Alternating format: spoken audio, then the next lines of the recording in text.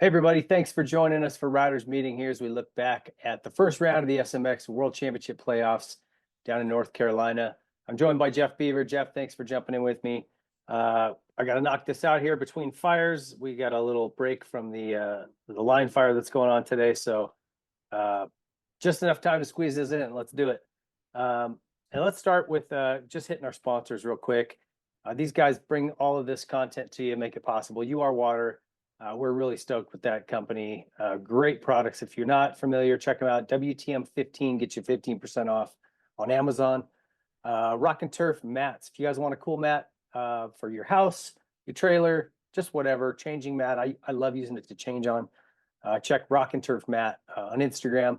And then Speed Strap, great tie downs, awesome company. Toe straps, really good stuff. And Maxxis tires. Let's start with the 250 class, dude. And I think everybody kind of knew coming into this, Hayden was the guy to beat. And we talked last week, like, okay, who could maybe challenge him? Who could be somebody that could maybe mix this up and prove him wrong? And we had a few guys that we listed. And really, at the end of the day, though, Hayden just really put a stamp on his outdoor season and kind of a preview of what's to come, I think, for Supercross next year. He really was just head and shoulders above everybody all day long. Only guy doing that quad in the rhythm lane, which was gnarly. I mean, there was only a couple 450 guys doing it. I mean, it shows you just how gnarly it was. And he did it, I would say, more consistently than Eli did it, which is really impressive. So Deegan just continues to like really be impressive. Yeah, I want to go back and check the website, the SMX website, and look at the fastest time, because somebody said that his fastest lap time and Jet's fastest lap time were the same, which would be extremely impressive if that's the case, or if they're even somewhat close. But he was just warp speed yesterday. When he got those bad starts, I'm like, oh, that's not real good.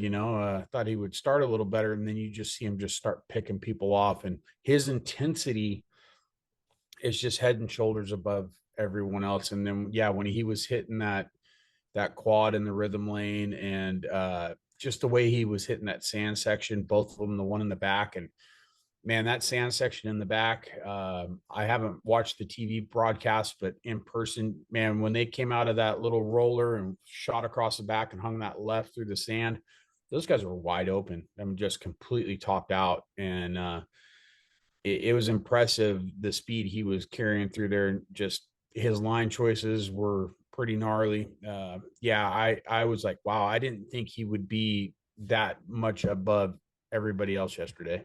Well, the one thing, Levi Kitchen, who came in second overall in the day,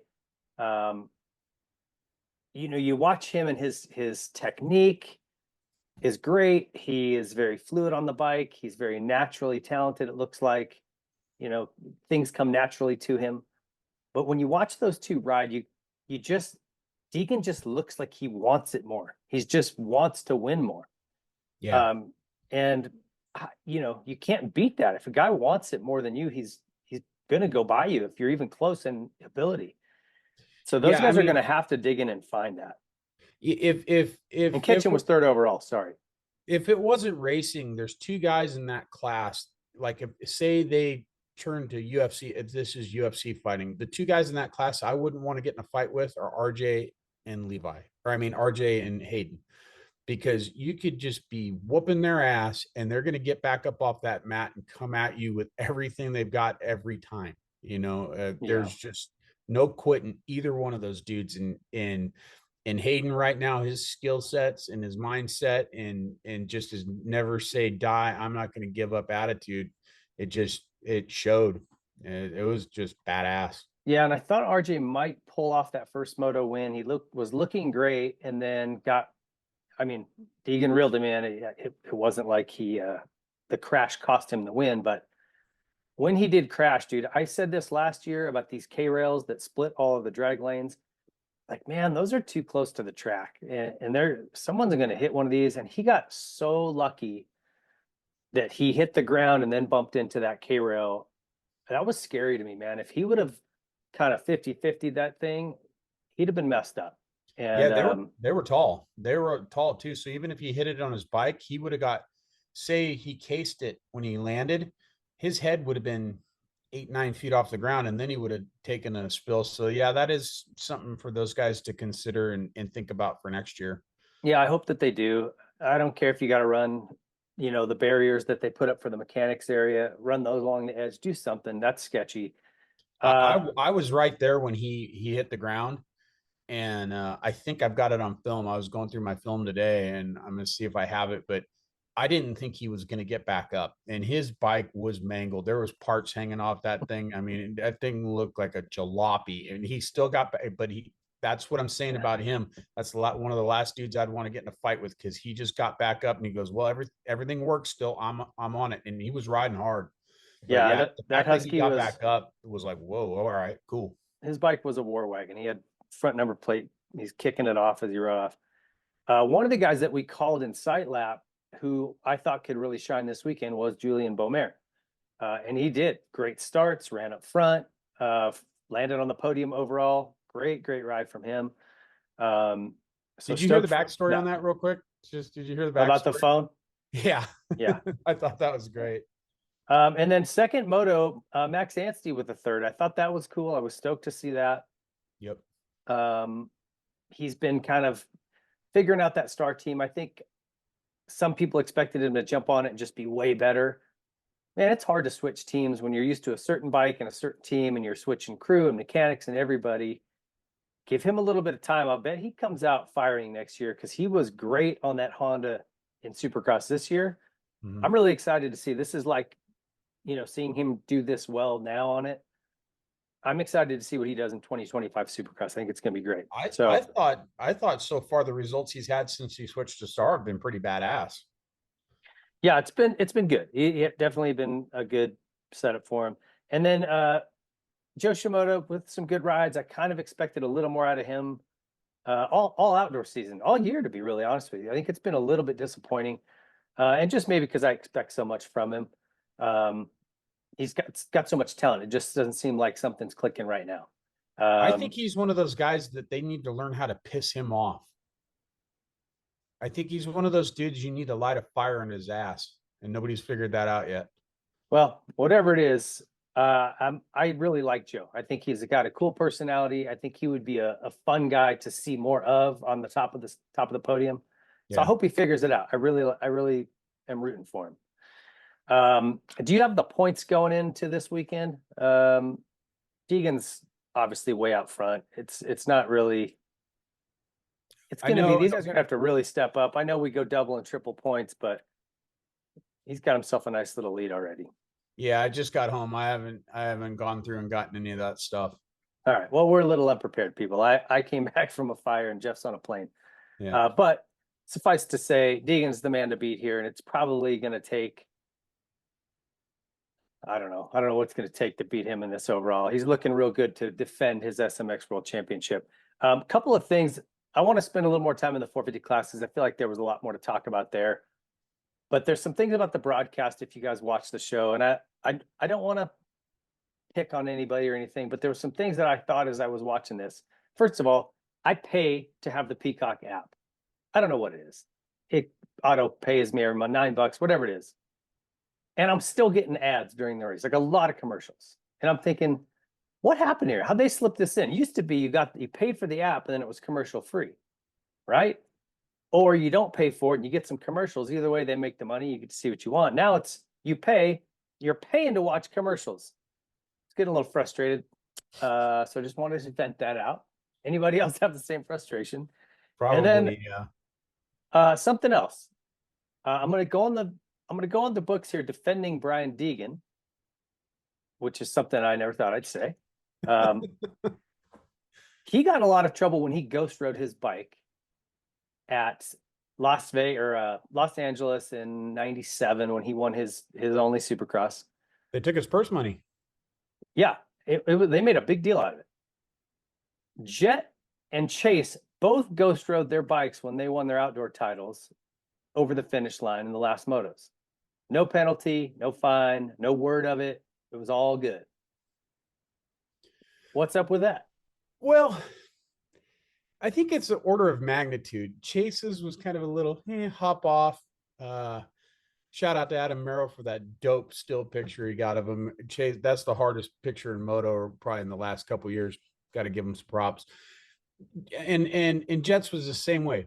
Brian, in full Metal Militia fashion, called Houston and said we're go for liftoff, and he launched that thing into frickin' orbit. Some Russian cosmonaut was like, "What the hell was So that thing?" you're telling me that it's just magnitude. That was the difference. I mean, you either ghost ride your bike or you don't. I just want some consistency out of the AMA. We've never had it. I'm just making a point. Yeah, Second no. point. I mean, you're right. You're right. Chase Sexton's gear. That new Alpine Stars gear looked awesome. I just wanted to say when I saw it, I was like, dang. And Jets too. Well done, Alpine Stars. That stuff looked really good. Okay, 450s. Listen, I did not think Jet was going to win this. I just thought, nah, there's no way, man. He's been off. It's going to take him a little time. It took him half a moto, and he was right back where he left off. So that's got to be like really mentally troubling for Chase Sexton. I think Eli's in a good place because he won the first moto and he was right there in the second. For him, that was a good race. I think Chase really is the guy who's got to be going, are you kidding me? Like both of these guys just come back and they both just beat me. He said he had some setup issues with the bike. We talked about this on Site Lab, Jeff, like his confidence has got to just be roasted because exactly what we said, man, if this happens, it's going to be a bummer for him. And it happened. It happened exactly like we said. Yeah, he had that 1,000-yard stare going on in the press conference, man. Definitely nailed him. So some of the behind the scenes things I saw at the podium, one was I found myself sitting on the wall and I looked to my right and Hunter's on my right and Jet's on my left, and I kind of panned past him. I put that video up and Jet's talking to somebody and he goes, I forgot how to ride that first lap, and kind of funny because he was kind of squidding out at the first, and then he just took off, dude. And Tomac was doing that quad in that first moto pretty well. In the second moto, it kind of died off for him, but we put up another clip also kind of showing where everybody was talking about in that sand section, if you didn't catch it in the TV broadcast. But Jet was hopping into that sand section, and I watched him do it in Supercross all year last year. He's got this technique where he'll hop and kind of slap the front end just over the front of that second roller. He was doubling the first two rollers. Yeah. Just the way he was doing it was just so fast and smooth. He was carrying more momentum in there, So I think if Eli would have been doubling that and he would have kept doing that quad, I think he would have beat Jet. I really do, but I just think the risk versus reward probably wasn't there. Yeah, well, if my aunt had balls, she'd be my uncle. Yeah, he did say his hand was pretty strong, but I don't think it's not like full healthy beast mode. Maybe that would have been a little different. We could speculate all we want, but the fact that he was that close and that good is awesome for Texas. I can't wait. Yeah. As far as Chase, he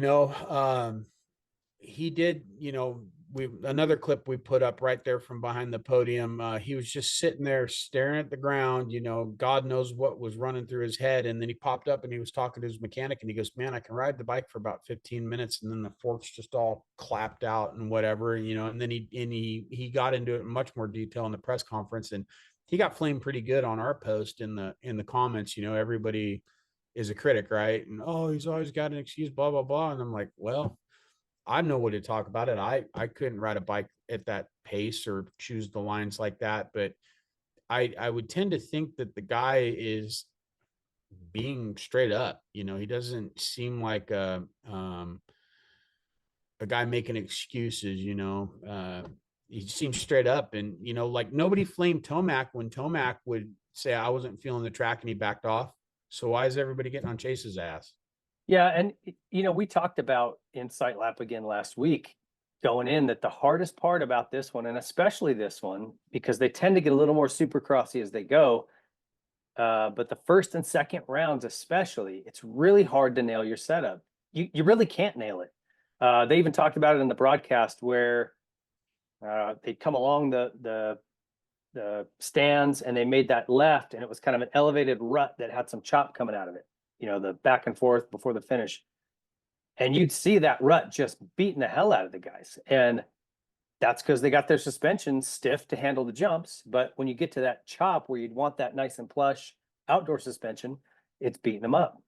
And, you either figure out how to ride different lines and stay out of that rough stuff, or you just deal with it. And I love, there was a shot where they got him coming out of that corner and you saw they're hauling ass around that rut. Incredible. The speed they're carrying through that turn, Eli and then Jet and then Chase. But you see all their bikes just bop, bop, bop, bop, like beating them up as they come out of the turn.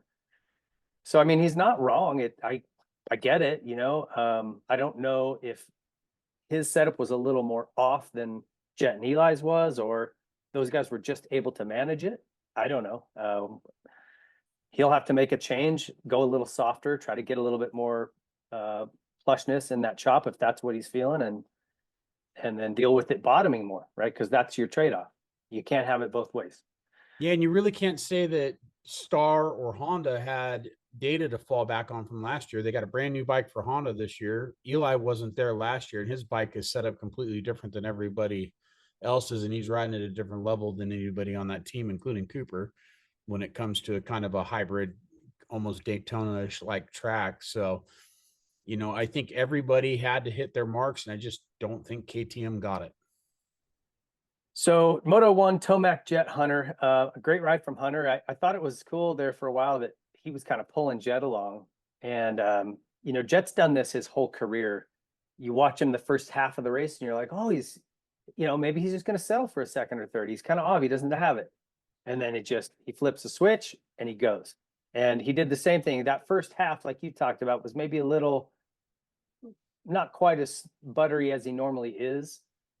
But then again, once it came to him and he figured the track out, the line started working, he just went off. Like, it's so crazy to watch him go. And he almost got Tomac. That was a really fun moto to watch.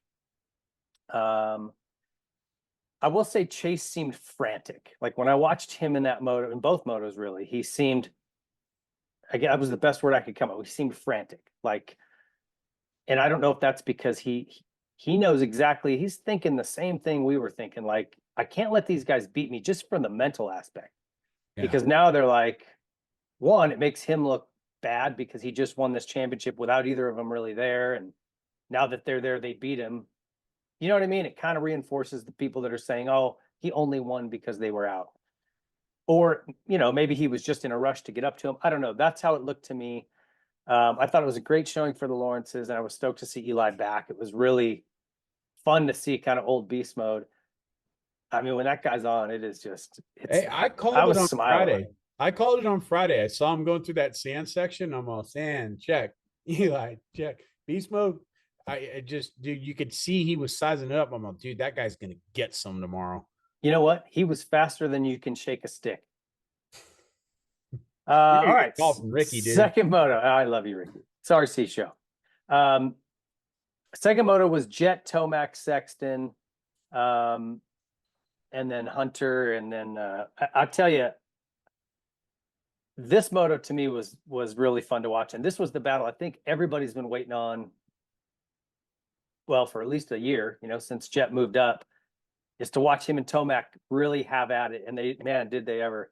And I'll tell you what stuck out to me. It was the sand. That was where he got him. That line coming in where he stayed wide and then doubled in. It was so smooth and so much faster. And you just think, man, why don't the other guys pick up on that? But there's those little racecraft things, like Deegan going wide in that turn after the rhythm lane section, just those little bits where you can carry more momentum. And his line, the way he rides through the sand, to me, reminds me of a guy who's put in a lot of laps at Lommel or somewhere over in Belgium, and where all they're riding is sand all winter. You can all just that crying you did as a kid when he came off the track crying, it paid off. Yeah, if you haven't seen their Whiskey Throttle show, it's phenomenal, and they talk a lot about that. They crashed multiple times a lap when they first got there, and yeah, Jet was crying because his hands were cold, and anyway, to see that hard work, them push through that, become successful there, and then bring that over here. And part of it is just his lanky stature too. But Eli's tall; he could do it.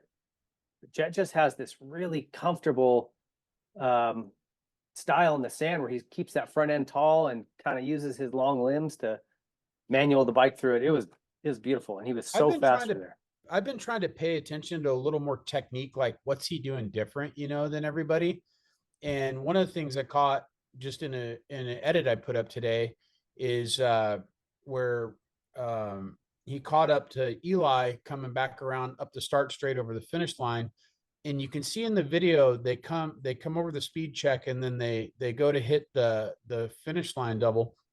And you watch Eli, he's sitting down, then he kind of gets up, but then he locks his body and he pops. And when he pops off that jump, he pops up and out, And if you watch Jed, he sits down, and at the last minute, he takes his body off so he doesn't seat bounce it. But as soon as that bike comes up, it just sucks right back into him. Like the bar pad was probably at his chest. And if you look from behind, he's probably 2 foot lower than Eli is. So if he's doing that every lap and getting down to the ground faster, like how Bubba was scrubbed, just getting down to the ground quicker, wouldn't that make him, hundredths of a second, tenths of a second? That all adds up, right? Absolutely. And the scrub on that big double at the start of that straightaway, the scrub where he, it was the lap that he passed Eli, but just that, in that section, he scrubbed that thing so freaking hard. I went back and rewound it and watched it several times. I'm like, geez, I don't know how he didn't hit his peg. Like I said, you could tell when he's like, I'm going to the front. He just wasn't going to be denied. And you see that with Deegan too. It's like when he gets up to somebody, you can just tell it's coming. It's just a matter of time. Just incredible to watch. So the one other thing I want to mention was the scoop tire. I wondered if, we always say this with Eli, right? Like, I wonder if that was the right choice. Second moto, track's a little more hard pack, but he's comfortable on it. He's raced that thing at Budds Creek in the second motos when it's hard and shiny. But he kept not being able to get off that tabletop. And he said in the post-race interview, it wasn't the drive off that was messing him up, because you can't quite get the just right down the backside where you jump off and over. You're going off a flat tabletop, so you kind of tag it. The wheel will kind of skip, and then when it lands down at the bottom of the transition, it digs a little hole, especially a scoop tire. And so as that hole gets deeper and deeper, it kind of like takes longer for you to actually get to the ground, because it's one compression of the shock, right? Like you land and go right into the face and off that next one. And when you had a hole like that, you kind of hit the hole, then it comes up, and then you'd have to compress again. So it's like a double compression, and it's super sketchy. It would kick you like crazy. And I think he just wasn't comfortable committing to that. I don't blame him. And he said, I played it safe and it cost me. Yeah. I did look at the bikes. I think it was a smart move. Don't do something.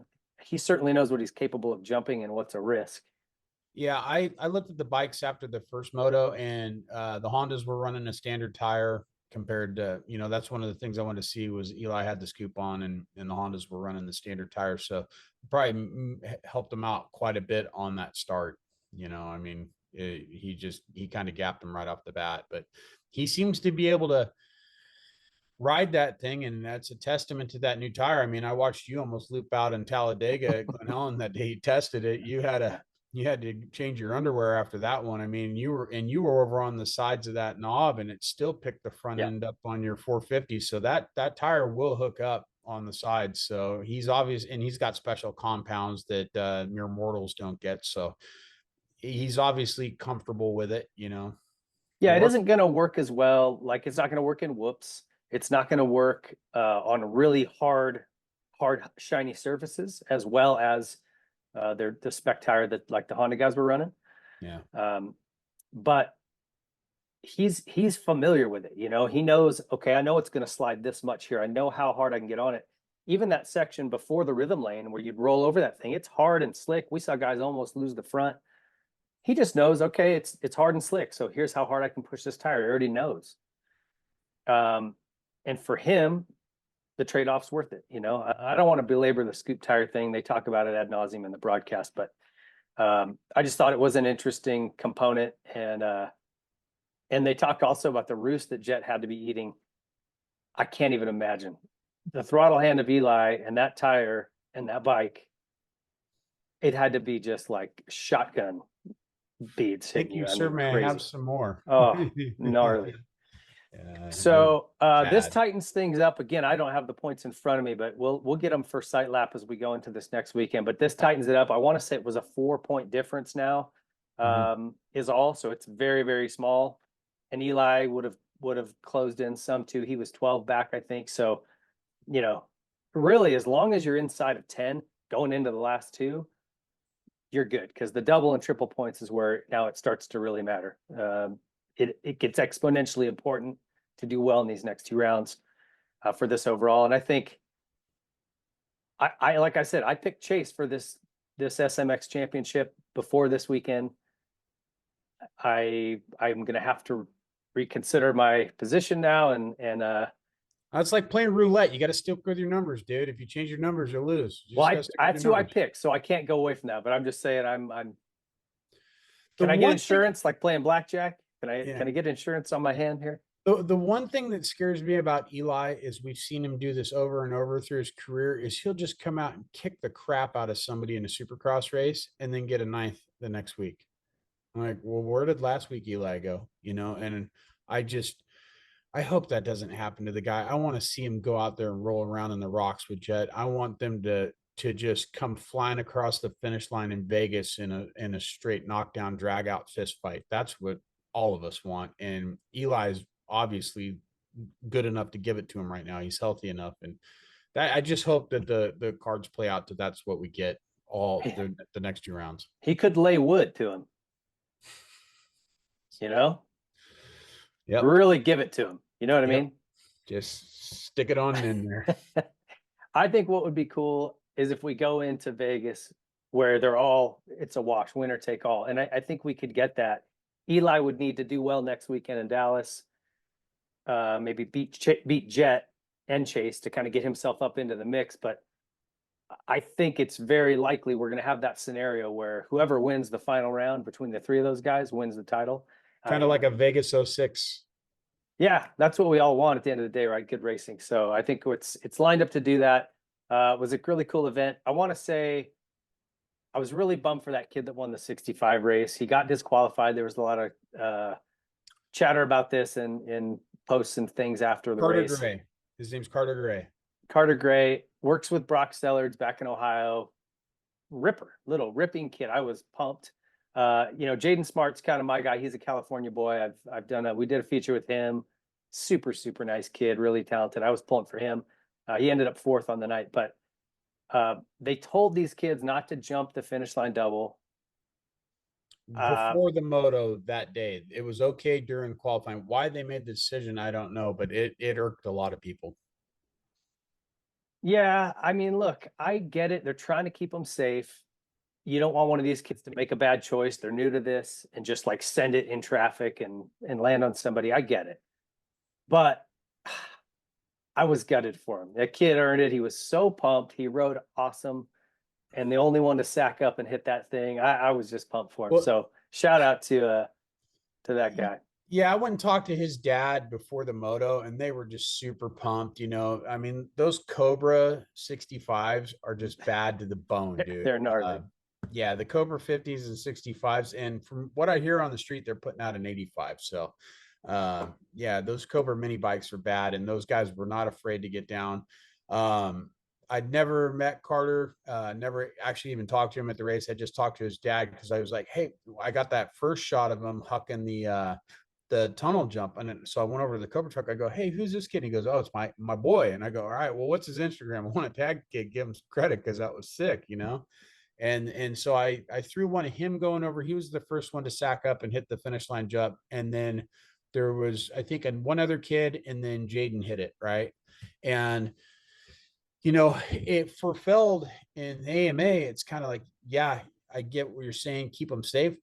But dude, the crowd was just as loud for those kids hitting that jump as they were for Jet and Tomac going toe to toe. It was no different. It was rad to see. I put that clip of Jaden going over the finish line jump. It's at 1 million views.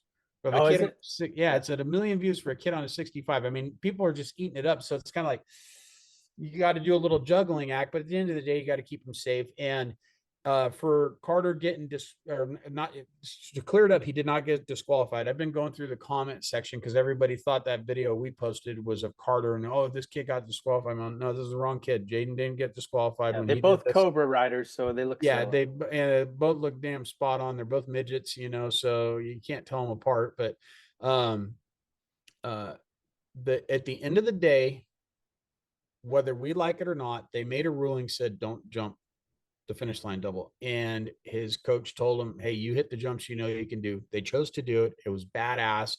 They chose glory instead of the win, and it cost him. I mean, and at the end of the day, the AMA could have disqualified the kid and not So even. what did they do? They docked him a position? They docked him. He got docked down to third. Okay. So he Two still ended positions. up on the podium. He got a trophy and he got all the glory. At the end of the day, man, it's pretty. Yeah, take it. Yeah, the AMA, everybody's been hounding the AMA. And I'm like, dude, at the end of the day, they told them not to do it. No, So I get the why. AMA here. Yeah, I do too. That was a smart move on their part. And if everyone knew, then, he accepted the consequences. And honestly, Still a badass though. You still won the race. Like, as far as everybody he watching, won the race. you were the He's guy. got a trophy and he's got all the glory. Yeah. All right. Well, cool. Hey, thank you to our sponsors one more time. UR Water. If you guys can support these folks, we'd appreciate it. Rock and Turf Mats, check them out. Speed Strap. If you're buying tie downs or you need a toe strap, check these guys out. Awesome stuff. They're from kind of the off-road and side-by-side world, so they've got ratcheting tie downs for your side-by-sides or off-road rigs, and then Maxxis tires. We just appreciate the heck out of those folks, and thank you guys for watching. Join us again Thursday. We'll be back for Sight Lap. Hopefully I'm off this fire. I'm headed back to the fire line here in about an hour and a half. So go get some. Jeff, thanks for joining us, buddy. We'll see you guys Thursday for Sight Lap. See ya. If you like this video, please be sure to leave a like, subscribe to the channel, hit the notification bell so you don't miss any of our future videos, comment what you thought, and share it with your friends.